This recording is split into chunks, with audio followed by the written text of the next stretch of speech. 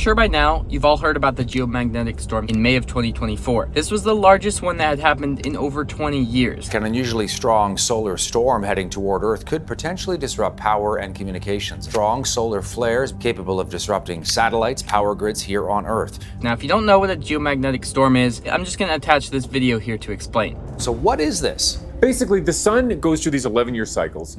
Every 11 years, it's burping a lot and sending off these big coronal mass ejections, basically just big fields of plasma out into space. And then it goes through a dip where it's not very active for a while, and then it gets active again every 11 years. We're at the peak of that cycle. And so we've been waiting for this kind of stuff. But this is a time where we see these waves coming towards Earth, and you can't predict them perfectly, but it sure as heck looks like we could have what they call a severe geomagnetic storm. That's a G4, but it's just definitely worth looking at the sky at night tonight and tomorrow night. It basically meant that a lot of the US states that wouldn't normally have the opportunity of seeing the northern lights suddenly did. And here in Utah, we were kind of on the outskirts, but still in a good location to see them. Now keep in mind, I'm a full-time video creator, which means I don't love filming and doing stuff like this on the side because I'm usually just tired when I come home at night. To be fully transparent, I filmed that a month later to fill in all the gaps, so let's cut back to real time. All right, recently just decided I'm just gonna start making trash edits for me and my friends and my mom.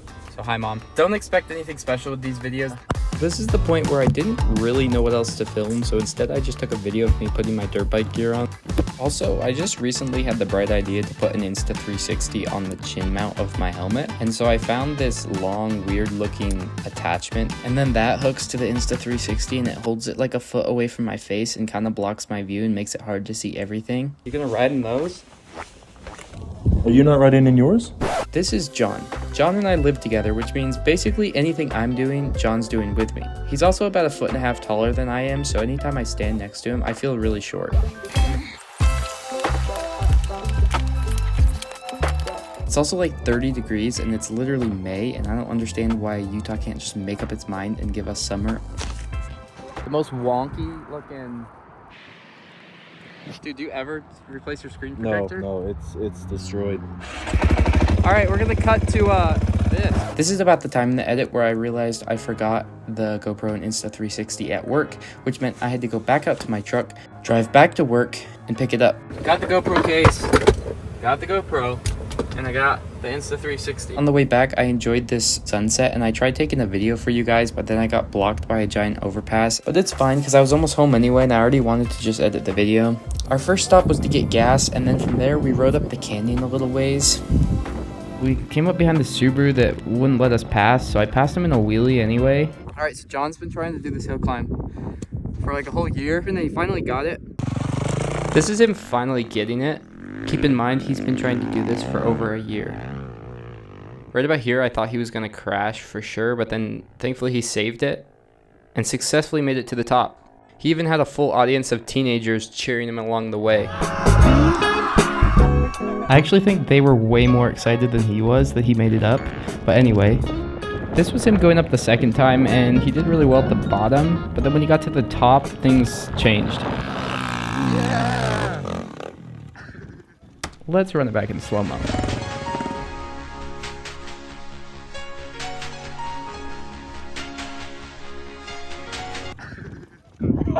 It's hard to tell on camera, but that thing is steep. I thought you were going over the handlebars. All right, it might not look that steep, but I promise you it's actually crazy steep. Like, you can barely stand on it steep. Like, even right here, I can barely stand.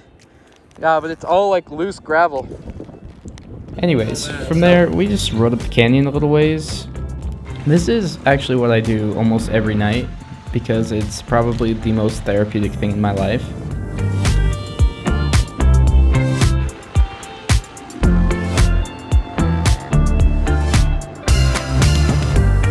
I then went up this hill for legitimately no reason and then forced John to follow me.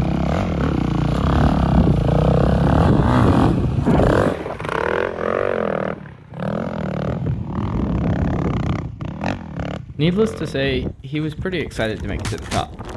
Also, I had light bars to install still, so we headed back to the shop. Baja Designs sent us each lights for our vehicles. John has a 4Runner and I have this F-150. I've never installed any sort of lights on the F-150, so prepare for me to have zero clue what I'm doing, which is pretty much how my whole life goes, to be honest.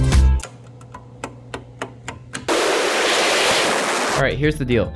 Baja Designs sent out 4 lights, 2 ditch lights for the front that go on the corner of the A-pillar on the truck, and then reverse lights as well. They're supposed to go like right here, and then I have these brackets that are supposed to mount below this plastic somewhere. I don't know where the mount is. There's a bolt down there, so. This is the control panel I got from Rough Country. This is John's light bar. How long is that? 40 inches. He's even got like the color. Meow. I don't feel worthy at all. Okay, I found it. So this is where we're hooking it to. This right here goes on to that.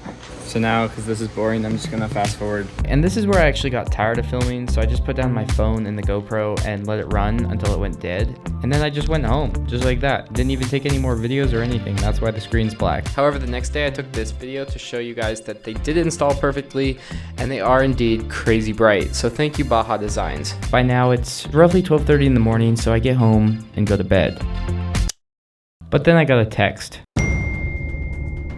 Alright, it's 1 a.m. and I just got a text from my friend Ben, who's out on the Salt Flats, and it was just a picture of the northern lights, and apparently they're visible here, which I'd forgotten was tonight. The only problem is it's 2 hours away and it's already 1 o'clock in the morning, and it's a 2-hour drive out to where he is.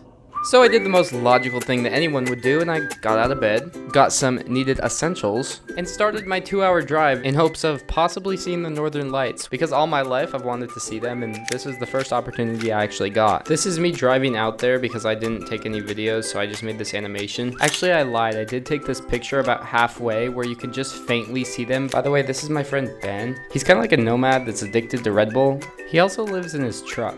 Okay, Nate Richardson and John Reading. This is the first time both of them have seen the Aurora. Ben has spent half his life in Alaska, so the northern lights are nothing new to him. However, this is the first time he's seen them in Utah. Really excited to see their reaction. So sick. I think I kind of missed them though. Yeah, no, I literally thought I missed them. Turns out they just weren't very visible to the eye. In order to see them, you had to completely get away from light or use your phone camera. Also, can we talk about the quality of this photo? I literally took this on my iPhone. And then I took this one on my camera. And I took this one. Oh yeah, and I forgot to tell you John came with me. And I took this one. This one shows the Milky Way, and it's probably my favorite. Also, why does he look like a Bitmoji in this? Anyways, by now we were pretty tired, so we all went to bed. I slept in my truck bed, they slept in their tents. And then I woke up to the sunrise like 2 hours later. They of course couldn't see it because they were in their tents. But then I got up and looked around and realized that I was indeed in the middle of nowhere. I didn't even realize I drove this far. Are you awake? Yeah. How's that tent life, man? Feels good, man. You sleep? Mm-hmm. Benny boy, are you alive? Oh my. Why is it so bright? Oh. Ow. We're headed home because today I have a lot to do, and it's like a 2-hour drive back to Salt Lake City from here. So I'm gonna get on the road, head back. I'm like still kind of half asleep. So in the end, was it worth driving 2 hours to see them? Yes, without a doubt it was. Even though they weren't visible to the naked eye, they were still visible with a camera, and you could faintly see them. If you stood in somewhere that was completely dark with no lights and you focused at the sky, you could see them. However, a lot of people were just saying that, yeah, they were just visible. You could just like go outside and just see them clearly. Wasn't really the case. Anyways, thanks for tagging along in the video, and I'll see you in the next one.